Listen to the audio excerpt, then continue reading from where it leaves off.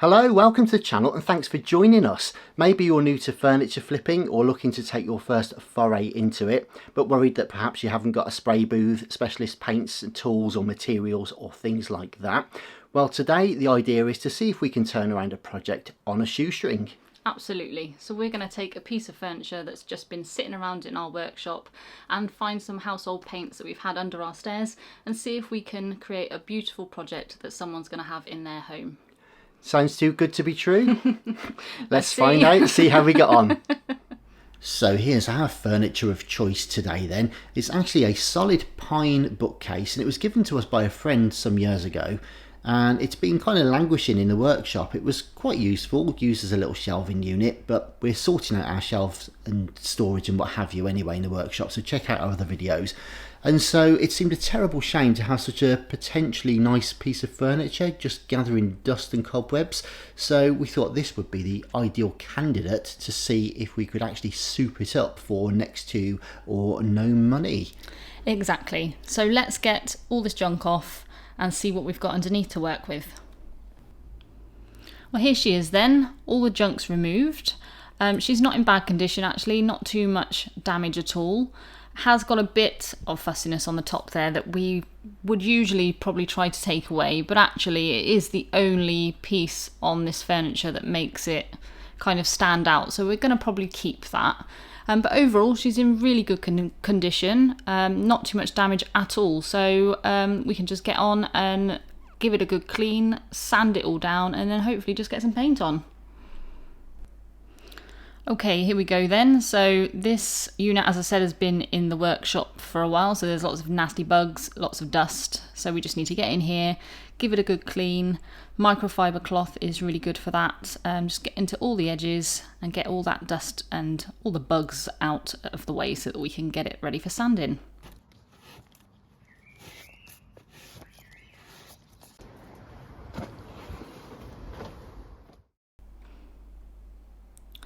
We went with a medium grit sandpaper for getting this unit sanded down.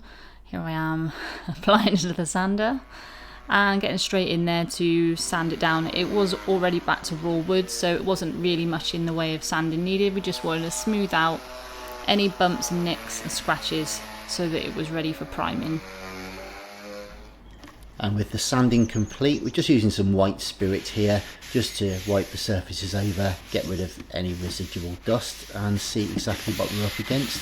You can see some of the inset deeper ring marks and things on there, but that's not going to be a problem for us today given that we are actually going to paint it.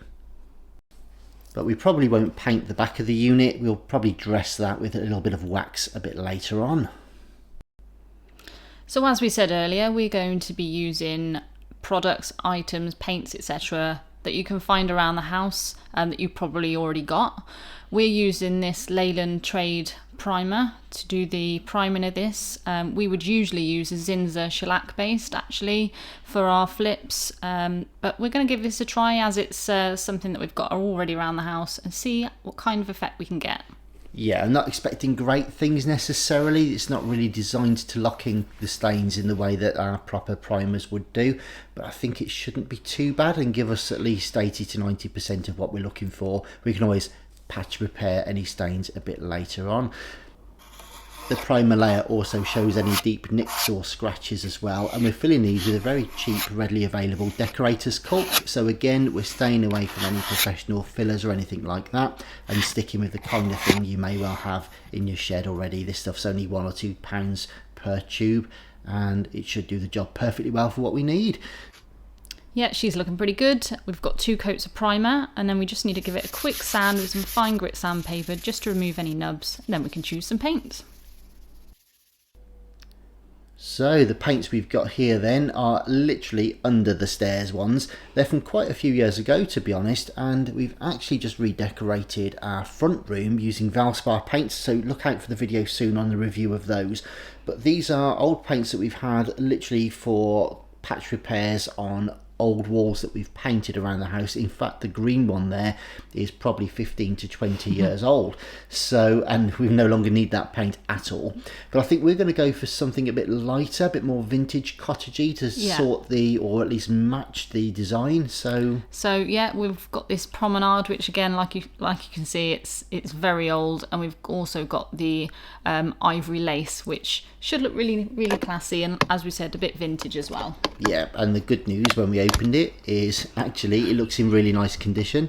So you get the fun job of doing all the fiddly bits of painting. Yeah, this really was a fiddly piece of furniture to paint because of all the different transitions all the way through it. So yeah, we started outside, but very quickly realised that wasn't going to work. We had lots of little visitors coming to land in the paint and again in the tub, so we moved it all indoors.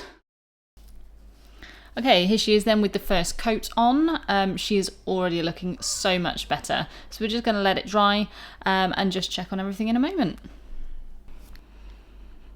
And we may have spoken too soon. It appears as though we have got some bleed through. So quite often any stains or resins in woods can bleed through the primers and indeed the paints, and because these are water-based paints, they've kind of drawn the stains all the way through. Not ideal, but not the end of the world either. You can get stain stops, and again, this is stuff we just had around the house, but it's readily available and not too expensive. This particular one is oil-based. It takes a few days to dry, and it's very viscous, so you can still really see it after your top coat. So we prefer to use this aerosol version. It's still quite high in VOCs, but it does mean it does the job really well. So use it outside or in a well ventilated area. A couple of squirts of that in the right places should stop the stains from coming through in the next coat. And it's worth just adding at this stage. The reason we use Zinsser shellac based primer is it would lock in all of those stains or watermarks, so we wouldn't have that on our professional work, but it just goes to show how you can get around that problem with household products if you're doing this on a limited budget or perhaps for the first time.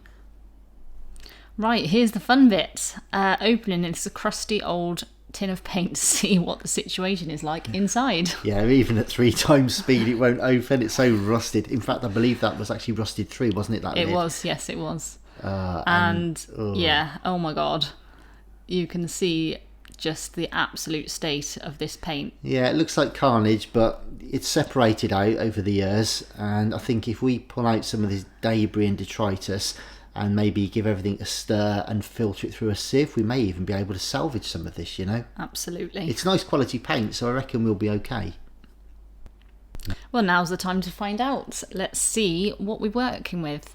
So actually this has gone on beautifully. We sieved it, got rid of all that nasty, and because the paint is such good quality, it's just going onto this unit just beautifully.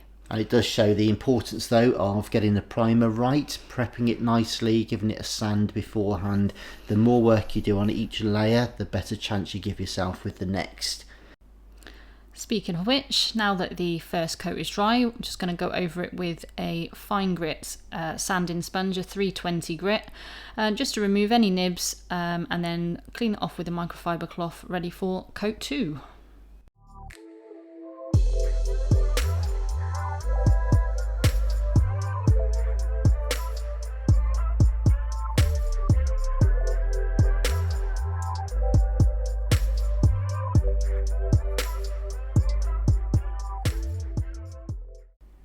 There you go then, so you can see just how that gentle sand gave us a nice flat layer for the second coat to go on.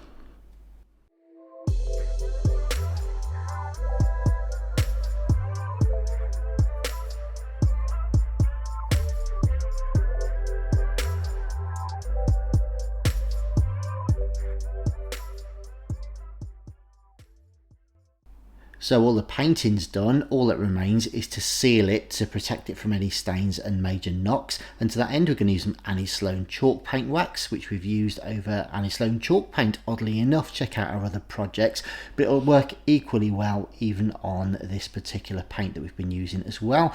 Very simple to apply, just get the brush or a cloth and work it in, as Rachel's doing on the bare wood on the back here. You can see how that's richened it all up, nourished the wood, given it a nice gloss finish, or at least a satin finish. Also works really well on the finished paintwork. You can see it richening and deepening the colour. So we'll just work that in now, let it soak for a while and give it a gentle buff. With all of that done, all that remains is a fade to black. We'll see you on the other side. Well, here she is then, the final reveal. This little pine bookcase was stuffed at the back of our workshop, covered in junk and dust, and it just goes to show that even with paint that's in the back of the cupboard, you can create something that's really modern looking and just fits into most homes. That's it. I mean, this particular piece was languishing, and it was a good fun project just to see what we could do by going back to basics. No paint sprayers, no fancy paints or primers, literally just latex paints that you would use on your walls at home and regular undercoats and what have you. So there it was before, as you remember, and I think what a difference a day makes. So really pleased with it. And if you have something similar at home, or maybe in the back of the garage that you're looking to work on, or maybe you're looking to take your first foray into furniture flipping, hopefully this has been an inspiration. All that remains then is to get some measurements taken, get some pictures made up and onto Facebook Marketplace and put it up for sale. And we're delighted to say that it sold for full asking price. The lady who bought it said it was exactly what she was looking for and it fits beautifully in her home. So thank you very much indeed for joining us. We'll be back soon. Do check out some of our other videos. Please subscribe and hit the notifications bell for updates as well to keep abreast of our new videos coming out. Thanks very much indeed for watching. Stay safe and we'll be back soon. All the best for now and bye bye. Bye bye.